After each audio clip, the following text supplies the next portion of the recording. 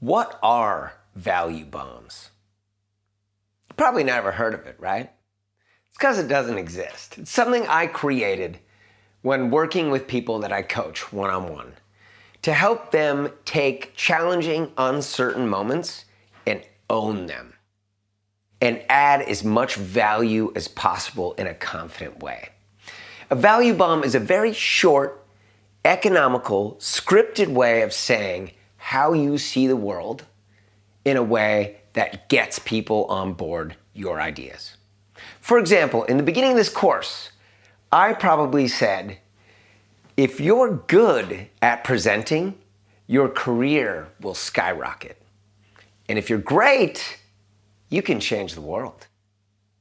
That's a value bomb. That's something that I've created in as few words as possible to get people on board my idea of why they should do this work.